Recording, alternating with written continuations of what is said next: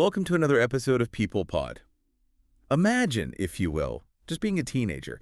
You're sitting in your bedroom, you're scribbling poems, feeling like this absolute outsider who, like, in your own words, listens to way too much emo music. Right, which is a very specific, lonely kind of feeling. Exactly, a feeling a lot of you listening can probably relate to. But now, fast forward, just a few short years later, you aren't writing in your bedroom anymore. You are winning the prestigious Mercury Prize. Yeah. You are touring the globe with Billie Eilish. You are literally co-writing songs for Beyonce. It's wild. And in this incredibly bizarre, almost cinematic historical footnote, a song you wrote is the very last track ever played on BBC Radio 1. Oh, right before they interrupted the broadcast. Yes, right before they announced the death of Queen Elizabeth II. I mean, it sounds like a Hollywood script, but it is the very real, very accelerated trajectory of the artist we are diving into today. Arlo Parks. Exactly, Arlo Parks. And what we're exploring here isn't just, a standard biography of a musician. This is the story of a defining voice for an entire generation. Yeah, totally. It's a narrative that matters immensely because it forces us to look at the actual mechanics of modern fame.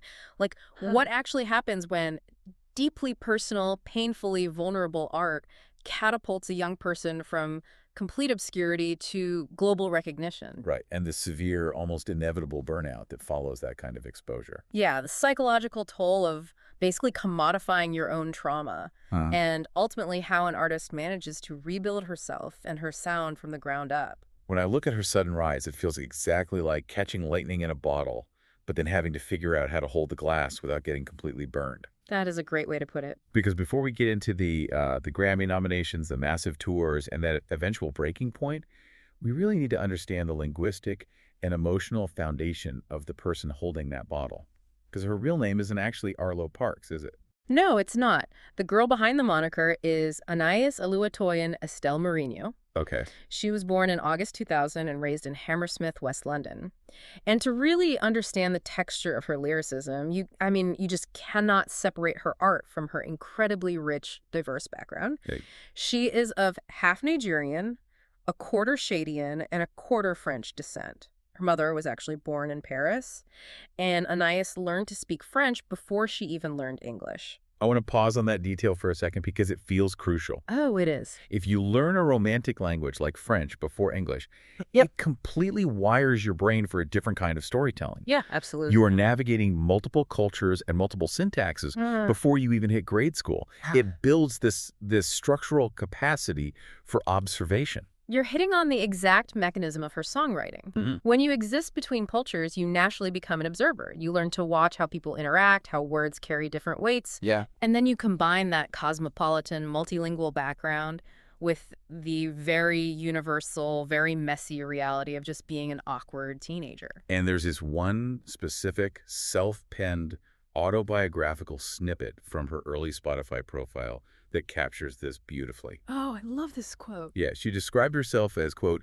feeling like that black kid who couldn't dance for shit, listening to too much emo music and crushing on some girl in her Spanish class. It is such a vivid distillation of her identity. Right.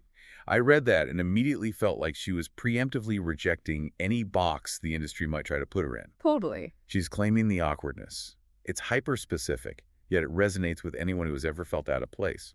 It's this blend of emo rawness and literary precision that seems to just define her early work. So let's unpack how that blend actually translated into a career. She adopts the stage name Arlo Parks as a personal pseudonym. The sources note she took inspiration from artists like King Cruel and Frank Ocean. Ah, okay.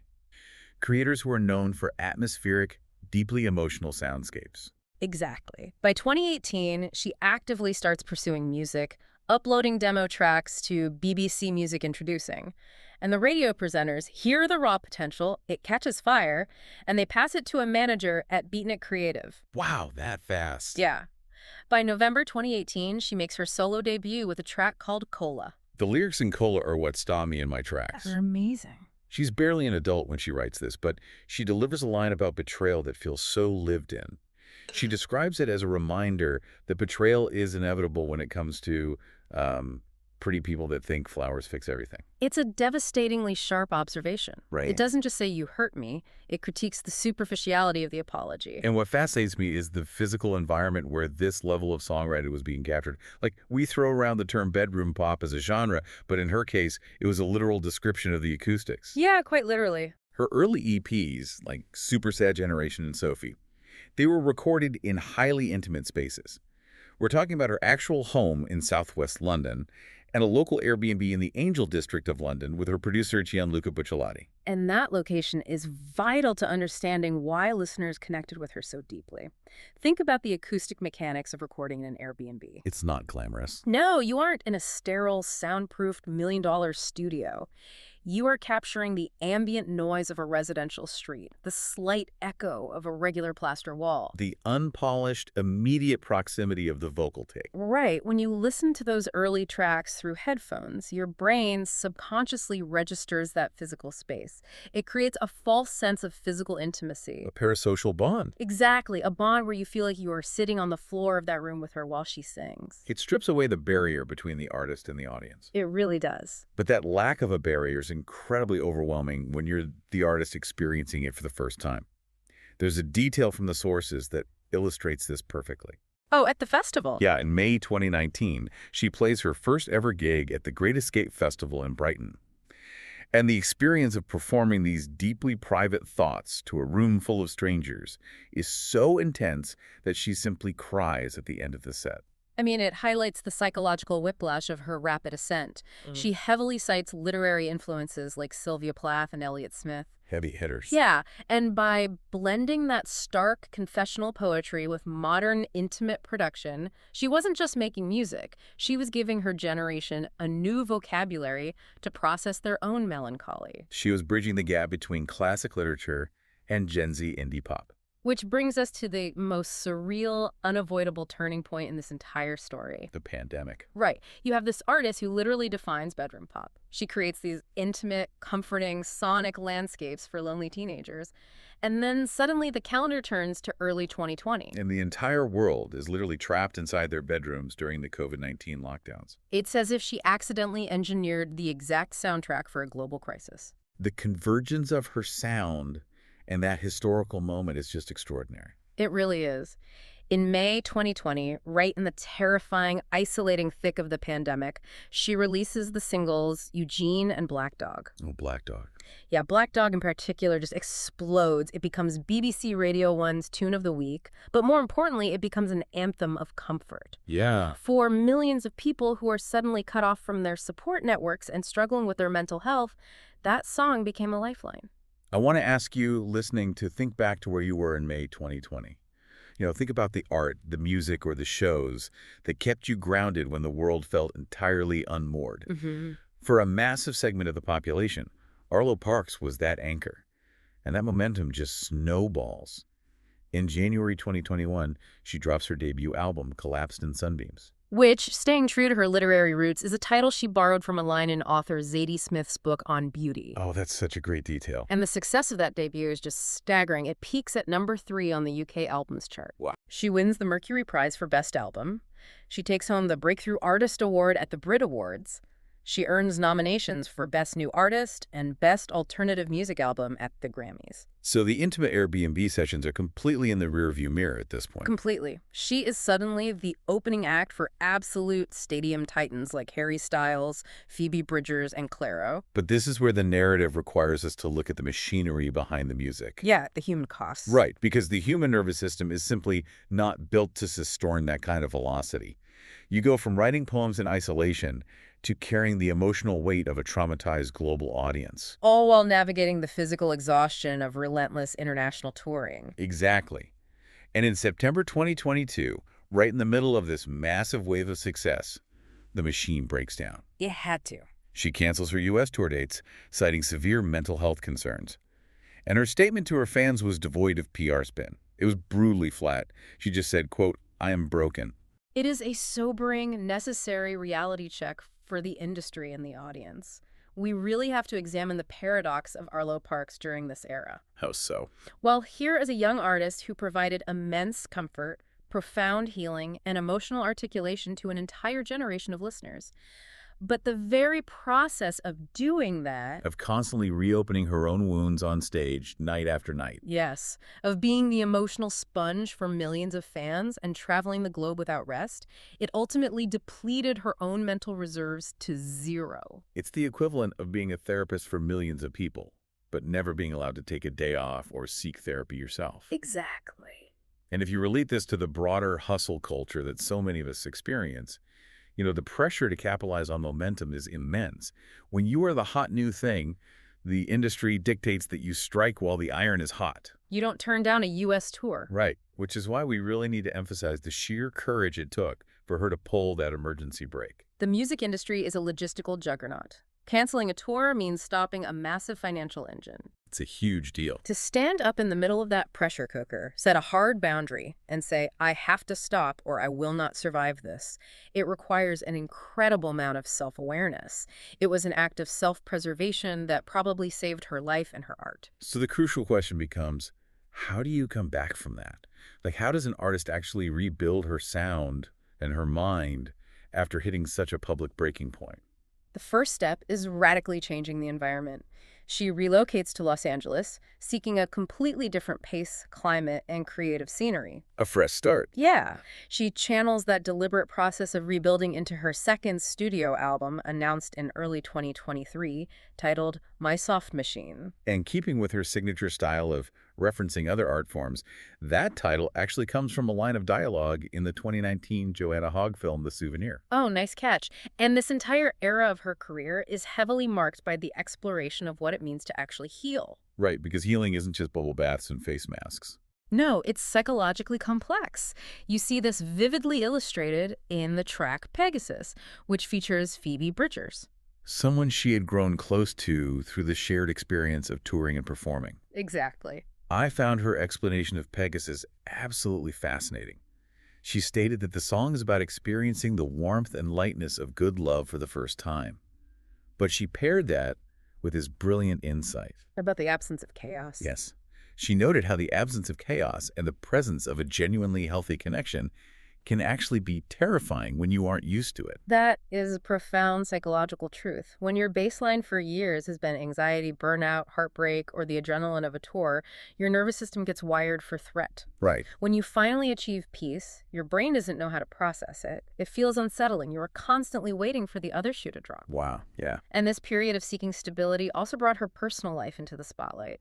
She is openly bisexual, and from late 2021 to 2024, she was in a relationship with the singer Ashniko. Which ended up becoming a public narrative of its own, right? Yeah, it did. They split in 2024, and Ashniko actually referenced the breakup on stage during the debut performance of her song Itty Bitty while opening for Billie Eilish in December of 2024. Oh, wow.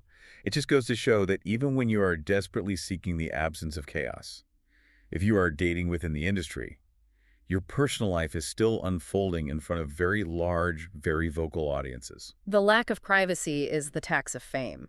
Yeah. But what is truly inspiring about this rebuilding phase is that she didn't just retreat into herself, she aggressively expanded her creative footprint. In late 2023, she released her debut poetry book, The Magic Border. A completely logical pivot, given that her lyrics always read like poetry anyway. Right. But then in 2024, she took a massive, unexpected leap across genres. Oh, this is the big one. Yeah, she earns official songwriting credits on Beyonce's groundbreaking, culturally massive album, Cowboy Carter, specifically contributing to the song Ya Ya. Okay, I have to push back a little here, because this is where the narrative gets tricky for early fans. How so? Well, if I am a listener who fell in love with Arlo Parks because she was this moody indie pop poet recording raw tracks in a rainy Southwest London Airbnb, Right. does moving to the sunshine of Los Angeles and collaborating with a global pop titan like Beyonce risk diluting the very intimacy that made her special? Like, do you eventually lose the bedroom in bedroom pop? It is a valid fear that fans have whenever an indie artist breaks mainstream, but the reality is that true generational artists don't lose their intimacy. They learn how to scale it. Scale it. Yeah. Okay, explain that. Think of it like this. Early Arlo Parks was like whispering a secret to someone in a small closet. The acoustics are naturally intimate. Moving to LA and working on a project like Cowboy Carter is like trying to project that exact same whisper into a massive cathedral. Oh, that's a brilliant way to put it. You have to change your technique, you have to use different tools, but the secret itself, the core emotional truth, it remains identical. She isn't abandoning her identity, she is taking that sharp observational lens she honed in her bedroom and applying it to a much larger canvas. Which perfectly sets up the thematic explosion of her current era. Because once you learn how to project that whisper, you can start talking about entirely different things. Exactly. Let's look at where she is as of mid-2026. Right, so in January 2026, she announces her third studio album, Ambiguous Desire, which officially dropped in April of that year. Yeah. The singles leading up to it, Two-Sided, Heaven, Get Go, and Beams, they signaled a massive thematic shift. The sources explicitly describe this new album as exploring hedonism and embracing late-night life.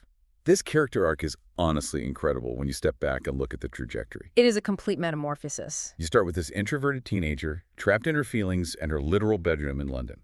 Then, through sheer talent and catastrophic global timing, she becomes the designated emotional sponge for a generation during a pandemic. Yeah. That pressure leads to a total physical and mental collapse, forcing her to hit the brakes. And now, she's a 25-year-old woman in 2026, finally reclaiming the youth and the lightness that she lost to the music industry machine. It's powerful. Exploring hedonism and late-night life isn't just about partying.